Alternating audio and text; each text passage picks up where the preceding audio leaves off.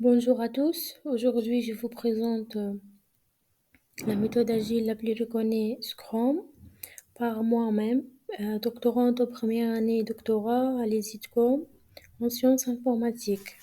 Donc, au niveau de cette présentation, nous avons suivi euh, 4 étapes essentielles, commençant par l'introduction, puis la définition et les différents rôles de la méthode Scrum.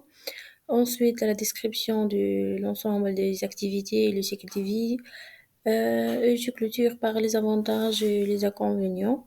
Commençons par l'introduction. Les manifestes agiles a permis de relever de nombreux défis dans les processus de développement de logiciels.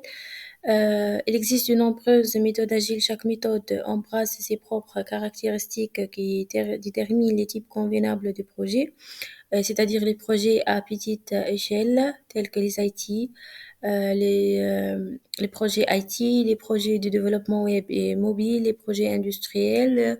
Donc, euh,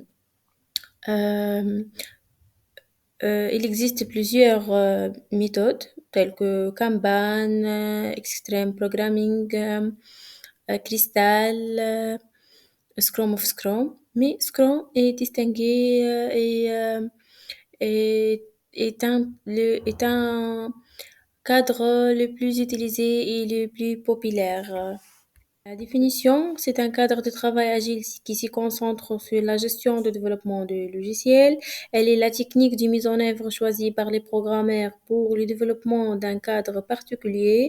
Cette méthode associe une approche empirique des degrés soutenus, la flexibilité, la capacité et la productivité pendant un cadre instable. Citant les différents rôles du Scrum, il existe 3 rôles identifiables dans Scrum qui ont des tâches et des objectifs différents, des processus et des pratiques. Scrum Master, il est chargé de veiller à ce que le projet soit mené à bien conformément pratiques, valeurs, règles du Scrum. Les Product Owners, les responsables du projet de la gestion, du contrôle, de la visibilité de la liste du Product Backlog. Le Scrum Team, c'est l'équipe de développement qui a l'autorité de décider des actions nécessaires et de s'organiser afin d'atteindre les objectifs de chaque sprint.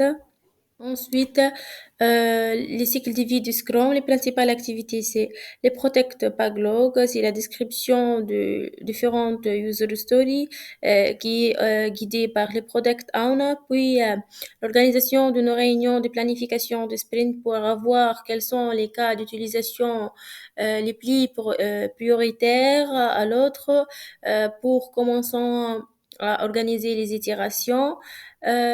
Ensuite, les sprint backlog. Chaque sprint backlog est constitué par un ensemble de user stories qui sont ordonnées, bien sûr, par priorité et qui elle est gérée par les Scrum Master. Cette tâche peut durer entre 2 à 4 semaines, c'est-à-dire chaque sprint, l'organisation et la préparation de chaque sprint dure entre 1 à 4 semaines. Ensuite, c'est la revue du sprint, c'est-à-dire une réunion entre l'équipe, le Scrum Master, les Product Owner pour avoir l'avancement du travail, pour avoir qu'est-ce qu'il doit faire avant de donner les produits aux clients. Ensuite, c'est la livraison des produits aux clients et la rétrospective des sprints, c'est-à-dire les retours et les feedbacks de l'équipe. Finalement, les principaux avantages du Scrum, c'est la flexibilité et l'adaptabilité au changement, la livraison rapide et la continue et de la valeur ajoutée, et ainsi que donne une meilleure gestion du risque. Merci pour votre attention.